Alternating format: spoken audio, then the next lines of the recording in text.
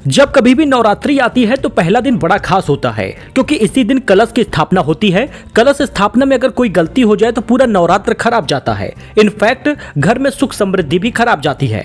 ऐसे में आइए जानते हैं कलश स्थापना का शुभ मुहूर्त क्या होगा और कलश स्थापना करते समय हमें क्या सावधानी करनी चाहिए। नवरात्रि 22 सितंबर को शुरू हो रहा है और 2 अक्टूबर को समाप्त होगा। ऐसे में आइए जानते हैं अष्टमी नवमी कब होगा, कलश की स्थापना का शुभ समय क्या होगा और नवरात्रि 22 सितंबर से शुरू हो रही है तो इन नवरात्रि में अष्टमी नवमी क्या एक दिन पड़ेगा या अलग अलग दिन होगा। चलिए जानते हैं। अभी से ही लाइक कर दीजिए, जय माता दी कमेंट में लिख दीजिए। चलिए शुरू करते हैं। देखिए नवरात्रि में कलश स्थापना की विधि क्या है ये भी जानेंगे, इसलिए आप इस वीडियो को पूरा देखिएगा। हर साल आने वाला शारदीय नवरात्र माँ दुर्गा की भक्ति शक्ति का प्रतीक होता है और इसमें ही दुर्गा पूजा लगता है। शक्ति की साधना के साथ इस पावन पर्व में देवी के 9 रूपों की पूजा होती है।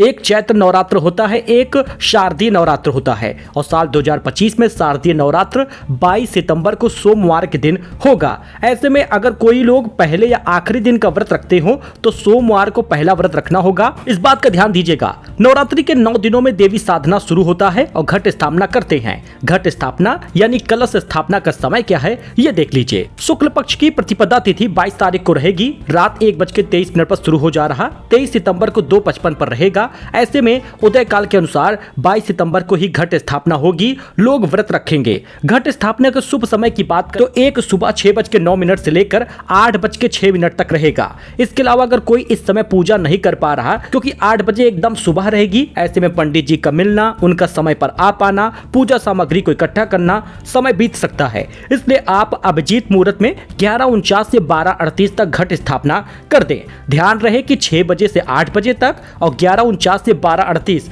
केवल यही 2 मुहूर्त है कलश स्थापना का। पहले दिन ही बन रहा है शुभ संयोग। नवरात्रि की शुरुआत इस बार बेहद शुभ मानी गई है और इस बार माता रानी का आगमन हाथी पर हो रहा है। घर में सुख शांति रहेगी, समृद्धि रहेगी, मन पूर्वक पूजा करना होगा।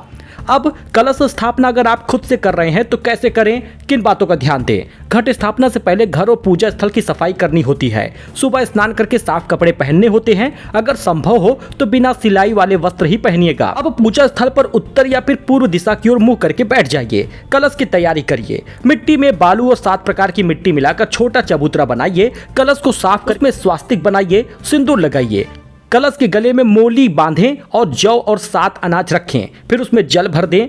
चंदन, फूल, सुपारी, पान, सिक्का और सभी औषधियां डाल दें। अब पंचपल्लव, आम के पत्ते या अन्य पत्ते रख दीजिए। एक मिट्टी के बर्तन में चावल भरिए, कलश के ऊपर रख दीजिए। अंत में एक नारियल लेकर उस पर लाल कपड़ा लपेटे और कलश के ऊपर रख दें। इस प्रकार से कलश की स्थापना होती है।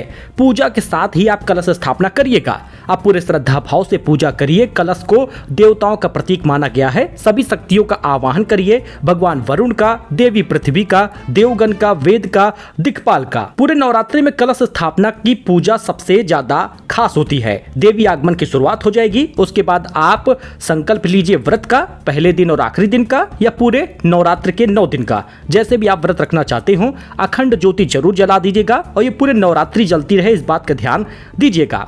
बाकी नवरात्रि में बहुत सारी बातें ऐसे होती हैं जो आपको एक वीडियो में ना बताकर अलग अलग वीडियो में बताएंगे, क्योंकि वीडियो काफी बड़ा हो जाएगा। इसलिए आप चैनल को सब्सक्राइब कर लें। ध्यान रहे कि आप पूरे नवरात्र काला कपड़ा ना पहने, किसी की चुगली, किसी की बुराई, किसी से ईर्ष्या ना करें, क्योंकि आज के जीवन में ये सबसे आम बात हो गई है जिसको लोग नजरअंदाज नहीं करते। व्रत हैं तो जय माता दी का जाप करते रहें, यही बेहतर है। सात्विक भोजन करिएगा, मांसाहार भोजन इस पूरे नवरात्रि में परिवार का कोई भी सदस्य ना करे, इस बात का ध्यान दीजिएगा। हर एक छोटी बातें मायने रखती हैं, इसलिए आप कितना समर्पित हैं माता रानी के लिए ये भी ध्यान देना होता है। कुछ लोग खूब सारा फलाहार करके व्रत रखते हैं, कुछ लोग तो केवल जल ग्रहण करके भी व्रत रखते हैं। लेकिन किसी की चुगली, किसी की बुराई, किसी से मन मुटाव ये ना रखें तो बेहतर होगा। नवरात्र तभी तो सफल होगा। माता रानी उन्हीं के घर में रुकती हैं जिनके घर में सुख, शांति और आपसी प्रेम होता है। मिलते हैं दोस्तों नए अपडेट में एक नई जानकारी के साथ। वीडियो लाइक करिएगा, चैनल को सब्सक्राइब करिएगा। धन्यवाद।